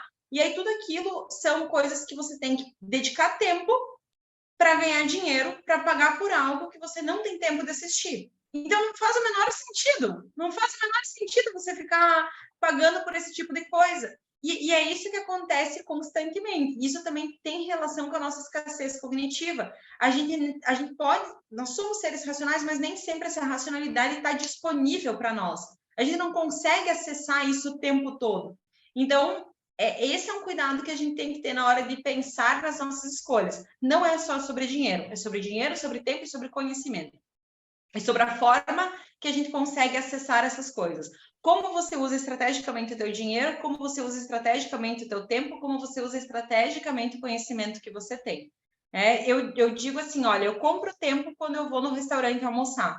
Porque ao invés de eu ficar cozinhando, eu não vou todo dia, eu adoro preparar almoço para o meu marido, adoro estar em casa, porque é o momento que eu desligo daqui, vou lá, preparo tudo mais, eu adoro fazer isso. Só que nem sempre fazer isso é estratégico para mim, porque eu tenho que parar uma hora antes do almoço, pensar naquilo, eu não tenho aquilo em casa, tem que correr no mercado, tem que voltar, tem que preparar, não faz sentido. E depois tem que lavar a louça que ficou e tudo mais. Então tem coisas assim, que a gente tem que ser estratégico para lidar com essa escassez, para fazer a melhor alocação possível do recurso que a gente tem. Às vezes, comprar algo nos permite economizar tempo, que nos permite ser mais assertivos com o tempo que a gente tem disponível, tá? Pensem nisso. Bom, relação entre finanças e emoções, totalmente relacionado. Vários estudos já comprovam que a gente tende a potencializar nossas compras quando a gente está muito feliz ou muito triste. A gente transborda as nossas emoções, vocês sabem muito bem disso, né? A gente transborda na alimentação, às vezes na atividade física e às vezes nas compras. Porque, afinal de contas, comprar nos traz um prazer, né? A gente sente mais prazer, mais alegria e mais satisfação. E o nosso cérebro, ele é uma máquina de tirar conclusões precipitadas, né? É incrível a capacidade que o nosso cérebro tem de trazer uma resposta pronta e automática para nós, sem mesmo refletir sobre essas escolhas antes. Quando a gente fala sobre essas escolhas automáticas, por que é tão importante a gente pensar nisso? Porque um adulto toma, em média, 35 mil decisões todos os dias. Enquanto a gente está aqui, vocês estão tomando decisões constantemente. Será que eu vou falar alguma coisa? Será que eu aperto para levantar a mão? Será que eu não falo? Será que eu levanto? Será que eu vou tomar uma água? Tudo isso são decisões que a gente está tomando o tempo todo. Claro que não tem como a gente pensar nisso, pensar em todas elas de forma racional, no sentido de elencar, agora eu vou elencar os pontos positivos e os pontos negativos e tomar um gole de água. Não, isso é automático. Então, esse automatismo, ele faz parte, ele nos ajuda. Só que 95% dessas 35 mil decisões são tomadas com predominância do sistema emocional. Aí é que está o grande X da questão. Quase 100% das nossas decisões são automáticas, são involuntárias, quase, sem pensar. É isso que a gente precisa incorporar, dar mais espaço para o sistema racional trazer uma resposta mais adequada, ou então construir um contexto de tal forma que eu consiga chegar naquilo que é o meu objetivo de fato. Aqui eu trouxe a informação da academia, gente, 3,7% das pessoas que se matriculam na academia continuam matriculadas depois de 12 meses. E o percentual de pessoas que compram curso online e concluem é muito próximo disso. Por que isso acontece? A nossa intenção é linda e maravilhosa e a nossa ação é uma lástima, às vezes. A gente esquece de mapear os obstáculos que a gente tem, né? Então, é importante a gente considerar isso também. A gente não consegue ter, a gente não tem toda a consciência que a gente acredita ter, né? Nós temos uma visão embaçada de nós mesmos. Às vezes a gente acredita que nós somos super consistentes com os nossos objetivos, enfim, a gente tá mais para um Homer Simpson, às vezes, que toma uma decisão mais na emoção, meio sem pensar e assim por diante, né? Então, não estou dizendo para vocês que nós somos inconsequentes, mas lembrar que nós somos frágeis também com relação àquilo que nós temos como objetivo, às vezes também nos permite redimensionar a nossa rota. Nós preferimos caminhos que são simples e fáceis, né, e que exigem o menor esforço possível. Quanto mais fácil for, melhor para nós, mas quanto mais fácil for para o cliente de vocês também, tá? Então, levem isso para conseguir multiplicar resultados. Se vocês querem que o cliente de vocês siga um determinado caminho, facilitem esse caminho para ele. Eu não sei exatamente quais são as barreiras que o cliente tem para chegar até vocês, mas talvez ele tenha uma barreira de conseguir, de ter facilidade para marcar um horário, talvez ele tenha uma barreira de uma dificuldade para fazer o pagamento. Vocês vão dizer assim, o cliente nunca me paga, é difícil para o cliente pagar no dia certo e tal e tal. Simplifica, gente, simplifica. Como é que é simplificar esse processo? Decidiu que combina com o cliente antes como é que vai ser a forma de pagamento, quando é que ele vai pagar. Lembra ele um dia antes, manda uma mensagem se ele não fez o pagamento ainda. Se for no Pix, gente, encaminhe esse Pix, pelo amor de Deus, com uma linha só com o Pix. Sem ele precisar copiar toda a mensagem, segue meu Pix, que é CPF, Simplifica a vida desse cliente, que ele consiga dar um clique ali, copiou aquele negócio, copiou o valor, o número do Pix e já paga. Lembra ele qual que é o valor, facilita esse caminho. Se for no boleto, se for no cartão, eu não sei se vocês já utilizam algum mecanismo, mas eu particularmente gosto muito de utilizar o Asas. Já ouviram falar no Asas? Não? Já, a Rafa já. Depois eu mando aqui no chat para vocês. Deixa eu até ver se eu já consigo mandar agora. Asas, tá aqui. Coloquei aqui para que vocês possam acessar. Vocês conseguem gerar, inclusive, links para pagamento no cartão, tá? Pagamento no boleto. Então, o cliente decidiu o que quer fazer, eu não sei exatamente como é que funciona o serviço de vocês, mas se vocês quiserem, eventualmente, gerar boleto, vocês conseguem gerar tudo por lá. Vai pagar uma taxa? Sim, vai pagar uma taxa, tanto no cartão, uma taxa no boleto. Só que isso talvez facilite para o cliente pagar. Então, vejam, são coisas muito simples, que podem facilitar o caminho, inclusive gerar um resultado financeiro melhor para vocês, tá? Dinheiro traz felicidade, gente? O que vocês acham? Sim? Não? Muito. Se o dinheiro não trouxesse felicidade, ninguém ia estar tentando ter dinheiro, né? Ninguém ia estar se esforçando para aprender como é que faz isso. Antes de eu falar se dinheiro compra felicidade ou não, quando vocês têm que responder perguntas como essa, você é feio ou você é bonito? Você é magro ou você é gordo? Você é dedicado ou você é preguiçoso? Você é rico ou você é pobre? Não tem meio termo, tá, gente? Não vem, eu sou mais ou menos bonito, eu sou mais ou menos magro, não tem. É sim ou não. Rico ou pobre aqui, não venham me dizer assim, eu sou rico porque eu tenho uma família bonita, tenho saúde. Não é sobre isso que eu tô falando agora. Tá? Não é sobre isso. Não vale? Não vale. Embora seja ótimo. Hoje eu fiz moreno, como é que é? Moreno iluminado. Então, Muito bom. Exato. Gente, rico ou pobre é de dinheiro mesmo. Quando eu pergunto essas coisas, as pessoas, às vezes, no treinamento, eu peço para as pessoas anotarem, elas ficam assim, olhando para o lado, o que elas vão colocar, se elas têm coragem de colocar isso ou não. Responder cada uma dessas perguntas depende sempre de um ponto de referência. Qualquer decisão que a gente toma depende de um ponto de referência, mesmo que ele esteja lá escondidinho, mesmo que seja uma referência que você tem lá da tua infância, tá? Mesmo que seja algo que está lá no teu inconsciente ainda borbulhando de alguma forma. Se eu trouxesse aqui para vocês uma foto da mansão do Flávio Augusto que eu estava falando antes, para vocês iam pensar assim, eu sou pobre mesmo, porque estou longe de conseguir essa mansão. Aí eu trago foto das crianças na África, vocês vão me dizer assim, eu sou rica porque eu tenho uma casa para morar, mesmo que não é minha, mesmo que eu pague aluguel, mas pelo menos eu tenho condição de pagar o aluguel, de fazer não sei o quê. Então, veja, gente, tudo depende de um ponto de referência. Sim. Para dizer se dinheiro traz felicidade ou não, a ciência também já descobriu que a felicidade, inclusive a felicidade financeira, está atrelada a um ponto de referência. Pior coisa que vocês podem fazer é colocar esse ponto de referência no vizinho, no colega de trabalho, na Rafa, em quem quer que seja.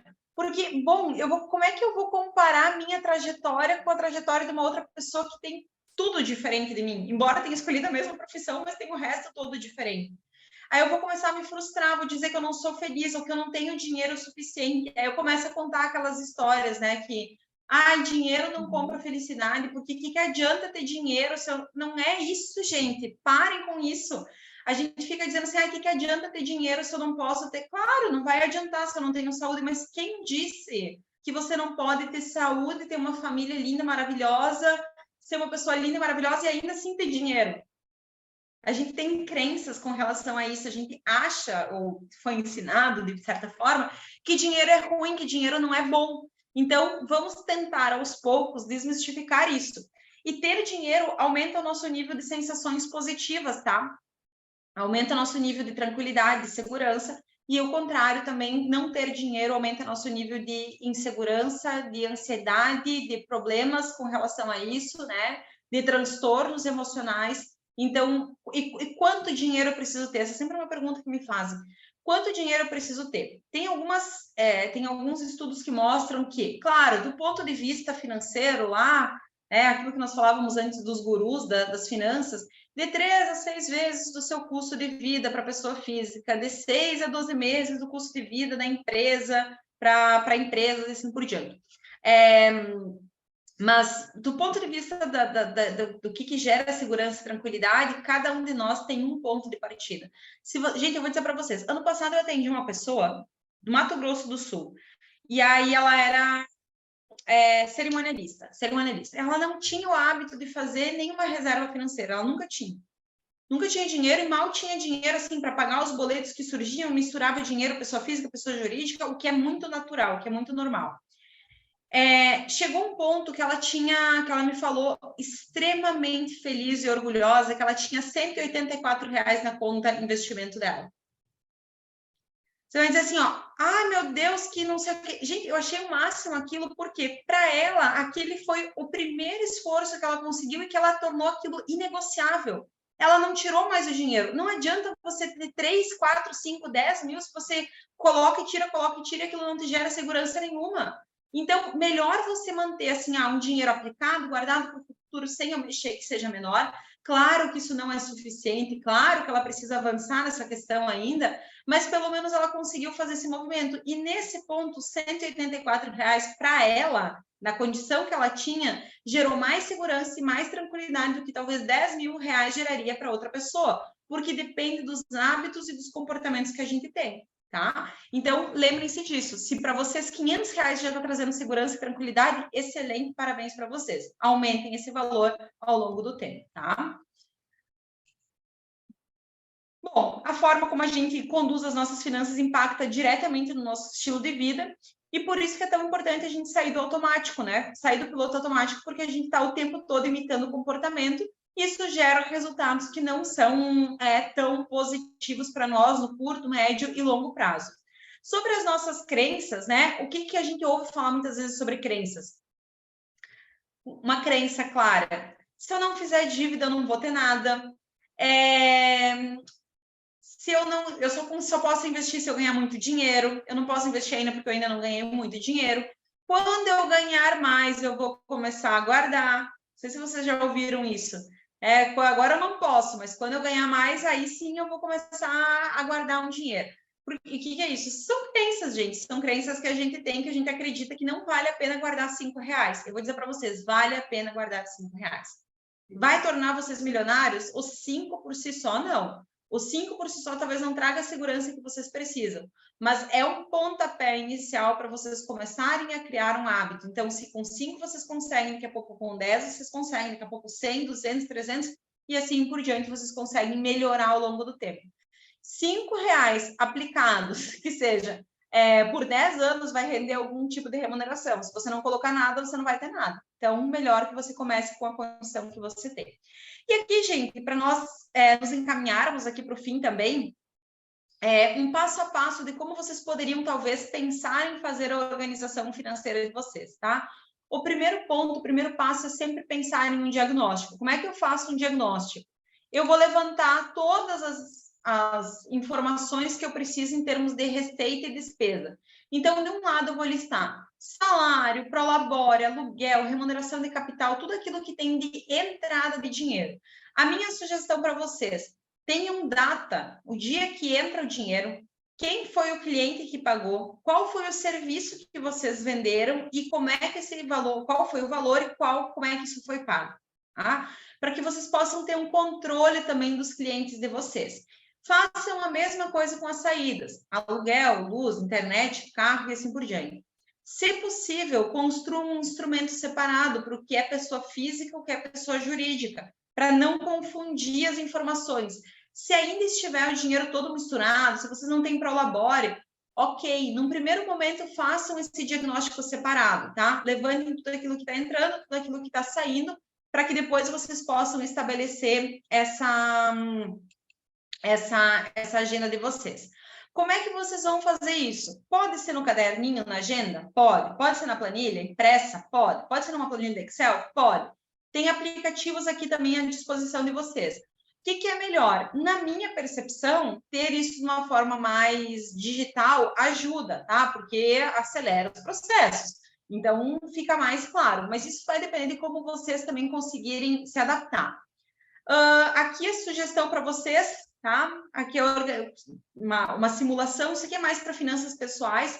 Então, a descrição, se tiver um salário fixo, um variável, remuneração do aluguel e também as despesas. Lembrar de colocar um valor para investimento, um percentual vocês tiram para investir, aluguel, condomínio, financiamento de casa, carro, água, faculdade, enfim, mentoria.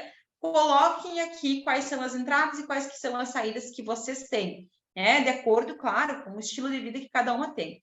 Aqui uma outra sugestão, gente, para separar o que é pessoal do que é empresarial, tá? Pode ser uma simulação parecida, acrescentaria, claro, aqui no empresarial a questão de, no caso de vocês, do cliente, para que vocês possam ter esse acompanhamento do cliente também, mas que vocês saibam quanto que entrou, quanto que saiu, quanto que foi da empresa, quanto que foi da pessoa física.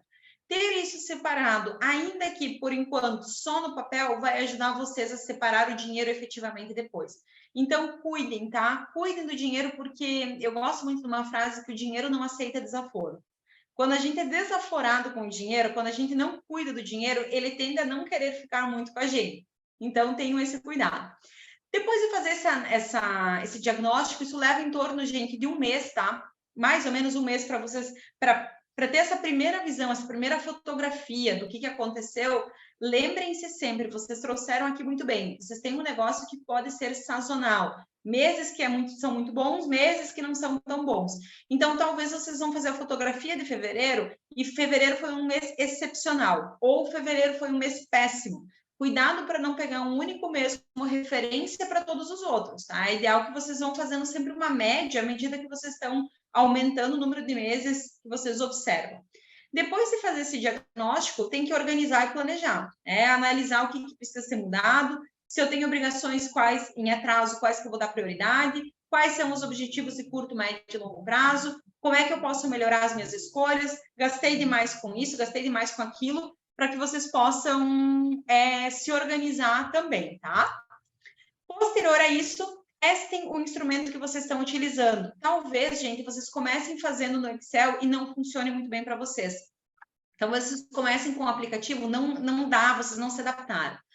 Não desistam só porque o instrumento não está adequado para vocês. Testem outras possibilidades. Tem uma infinidade de aplicativos, uma infinidade de modelo de planilha de Excel, de anotar no caderninho, como for melhor, para que vocês possam ter mais condições de fazer uma gestão eficiente, tá? Depois disso, monitora e aperfeiçoa sempre que possível. Vou dizer para vocês que isso não é uma coisa que termina, tá? Não é assim, eu comecei em fevereiro, então até junho eu estou livre disso, nunca mais vou precisar olhar para as minhas finanças. Não. É claro que, à medida que você se aproxima da sua relação financeira, você tem mais condições, mais propriedade para tomar decisões mais assertivas, de conseguir diagnosticar, de ter uma compreensão do todo, meio que olhando de fora. Só que olhar para as finanças, olhar para esse fluxo financeiro é algo que vocês deveriam incorporar na vida de vocês e levar para sempre, cada vez, claro, com mais facilidade e mais leveza também. Não termina. Depois de fazer isso, como é que eu vou agir? Se eu estou numa situação verde, o que é a situação verde? Tá tudo certo, consigo pagar minhas contas, consigo estabelecer um prolabore, consigo fazer uma reserva de emergência e sobra dinheiro. Então, eu posso pensar em como aplicar esse dinheiro para começar, em algum tempo, ter remuneração do meu capital. Eu conseguir fazer, ou se eu quero investir esse dinheiro para ter mais retorno no meu negócio, ou se eu quero investir no mercado, fazer algum tipo de investimento que me traga algum tipo de remuneração. Uma situação amarela é aquela situação que exige atenção e cuidado. Quando eu percebo que o dinheiro todo que entra, ele está meio que só empatando com as contas que eu tenho. Eu não tenho dívidas ou consigo honrar com os meus compromissos que eu tenho, mas eu não consigo fazer sobrar. Essa é uma situação de atenção, você pode melhorar essa gestão.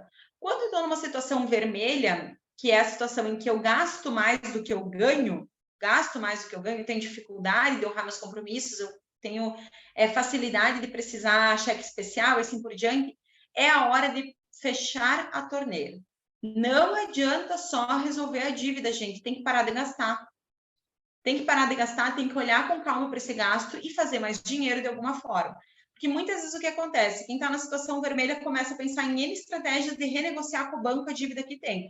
Ok, isso é um caminho, isso é uma coisa que tem que ser feita, mas não adianta só renegociar com o banco se você não para de gastar. Entende? Porque senão daqui a pouquinho tu renegociou com o banco e vai estar numa situação igual de novo. Então tem que olhar com muita atenção e muito cuidado. E o que eu sempre digo para vocês, gente, vocês não precisam necessariamente de um mentor financeiro. Vocês não precisam, talvez com essa aula vocês já consigam dar o start que vocês precisavam. Nem todo mundo precisa de nutricionista, nem todo mundo precisa de um personal trainer, nem todo mundo precisa de um mentor financeiro. Mas é o menor sinal de que eu já tentei várias vezes sozinho e não consegui, isso me incomoda, isso é ruim, isso é difícil para mim, considerem a possibilidade de contratar alguém para ajudar vocês nesse processo. De novo, comprar o tempo, investir estrategicamente o dinheiro de vocês, pensar em como vocês podem avançar e dormir mais tranquilo para conseguir ter mais segurança e tranquilidade para tomar a decisão de vocês no dia a dia. Então, veja, nem todo mundo precisa. Talvez aqui ninguém precise disso e tá tudo certo. Mas se vocês perceberem que isso é algo que incomoda vocês, existem vários profissionais do mercado que podem ajudar vocês, tá? Então, considerem essa possibilidade. Enfim, gente, compreender que essa gestão financeira está mais relacionada com as emoções do que com o fato de, eu preciso ganhar muito dinheiro, ou eu não posso lidar bem, não lido bem com dinheiro porque eu não tenho habilidade com cálculo, com matemática, é o primeiro passo para a gente ter, de fato, uma situação diferente, porque isso também é crença. É crença achar que eu preciso ganhar muito dinheiro para começar a lidar bem com dinheiro, para fazer uma boa gestão, é crença achar que eu preciso ter habilidade com cálculo para fazer uma boa gestão financeira. Gente, se fosse por isso, não teria engenheiro endividado, né? Os engenheiros dominam a parte dos cálculos. E se a gente for parar para pensar, os cálculos financeiros que a gente precisa fazer, quase que 90% dos cálculos que a gente faz é cálculo de soma e subtração. É somar quanto está recebendo, tirar aquilo que você gasta. Então, não é esse o ponto. O ponto é compreender o que motiva as nossas escolhas, o que está influenciando nas nossas decisões e, por consequência, gerando resultados que talvez não sejam mais assertivos. Aqui eu trouxe só alguns exemplos breves para vocês, né, de como a gente é influenciado o tempo todo, a gente tem muita aversão à perda, a gente gosta de compre um, leve dois, últimas unidades, a gente tem uma inércia gigantesca, a gente precisa vencer a inércia de que quando sobrar eu vou poupar, a gente não vai sobrar, se coloque como prioridade, tenha um determinado valor, 100, 200, 300 reais, 10% do que entra, quando entrar eu vou investir, eu vou reservar, porque senão não vai sobrar, né? Eventualmente a gente vai ter outras formas de gastar. Aqui eu falava antes para vocês da dor do pagamento, né? O cartão de crédito não é que ele é um vilão, essa foto aqui é a foto de um cliente meu. Ele tinha 17, não estavam todos aqui, 17 cartões de crédito, um deles ilimitado. E eu disse para ele que... Para quê? Exatamente. Para quê? Vocês imaginam que ele não era um cliente que recebia muito acima da média, tá? Muito acima da média. Média de remuneração mensal de 35 a 40 mil reais. E ainda assim estava numa situação de endividamento e ainda assim estava com problemas com cartão de crédito. Então, paramos. A partir de hoje, a gente não acredita mais nessa falácia que eu preciso ganhar muito dinheiro para fazer uma boa gestão financeira, ou então, quando eu ganhar muito dinheiro, minha situação vai se resolver. Não vai, só vai piorar. E eu digo assim, o Gustavo Cerbasi tem uma frase que eu acho incrível. Ele fala que o dinheiro potencializa aquilo que você tem ou aquilo que você é. E, de fato, gente, se você é uma pessoa que tem zelo, que tem cuidado, que lida bem com, que cuida do dinheiro, você vai ganhar mais dinheiro, você vai potencializar isso. Então, você vai ter chance de ter bons resultados financeiros.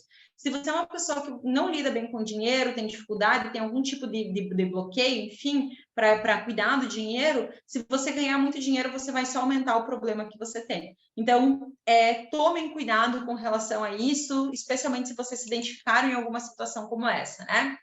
Que deve ficar aqui. Para melhorar, eu preciso conhecer, o inimigo precisa ser conhecido, então, se eu quiser melhorar a minha gestão financeira, eu preciso saber minimamente como é que eu faço a gestão, qual que é a minha situação financeira hoje, E sempre é tempo de aperfeiçoar nossas escolhas, né? Não é porque eu fiz isso até aqui que eu preciso continuar fazendo isso daqui para frente. Eu posso ter escolhas que são mais saudáveis. Trouxe alguns livros para vocês, eles estão estrategicamente divididos. Os 2 primeiros são livros que são mais motivacionais, eu diria assim. Não é um livro tão... Não são os livros que eu costumo aconselhar, assim, no sentido, aqui você vai ter um bom direcionamento para finanças, mas eles são bons livros com uma leitura agradável para quem quer uma motivação inicial para começar. Depois, o livro da Natália Arcuri, O Me Poupe e Psicologia Financeira, são outros livros que já trazem uma pegada mais comportamental e tem algumas diretrizes que podem nos ajudar. Inclusive, a Psicologia Financeira é um livro que está, assim, eu li ele no final de 2021, é um livro super recente no mercado e tem se falado muito que ele vem para substituir o Pai Rico, Pai Pobre, assim, de tantos insights interessantes que ele traz. E é um livro gostosíssimo de ler, então é uma sugestão interessante. Os outros 2, Previsivelmente Racional e A Risca, são livros já com finanças comportamentais, e o Rápido e Devagar, do Daniel Kahneman, que é um livro de economia comportamental com algumas aplicações para finanças também. Gurias, obrigada pela atenção. Eu acho que eu extrapolei o tempo de vocês, inclusive o meu, tenho um compromisso daqui a pouquinho, mas o nosso papo estava gostoso. Eu abro aqui, se alguém tiver alguma dúvida, fico super à disposição de vocês. Cássia, gratidão imensa pelo teu tempo, por tanta informação que nos passou. Eu passei o teu contato e a nossa aula eu vou baixar no YouTube, aí na sequência eu passo o link para você, tá? Perfeito. Eu não quero mais utilizar o teu tempo, porque eu sei que tu tem compromisso agora. E as perguntas a gente vai enviando depois, então, para o grupo, que as dúvidas que elas tiverem, vou repassando para você, então. Tranquilo, vocês têm aqui minhas redes sociais, enfim, vamos trocar figurinhas lá, porque eu acho que esse é um assunto que não se esgota, né? Aqui é só o start para começar e a gente tem muito a entregar ainda, tá certo? Combinado, então. Mara, tem algo a comentar também? Não, foi ótimo, muito obrigada, vocês duas. Obrigada, que bom. Mara, boa noite. Beijo, beijo. Boa noite, queridas. Fiquem bem. Até mais. Tchau, tchau. Boa noite. Tchau, tchau.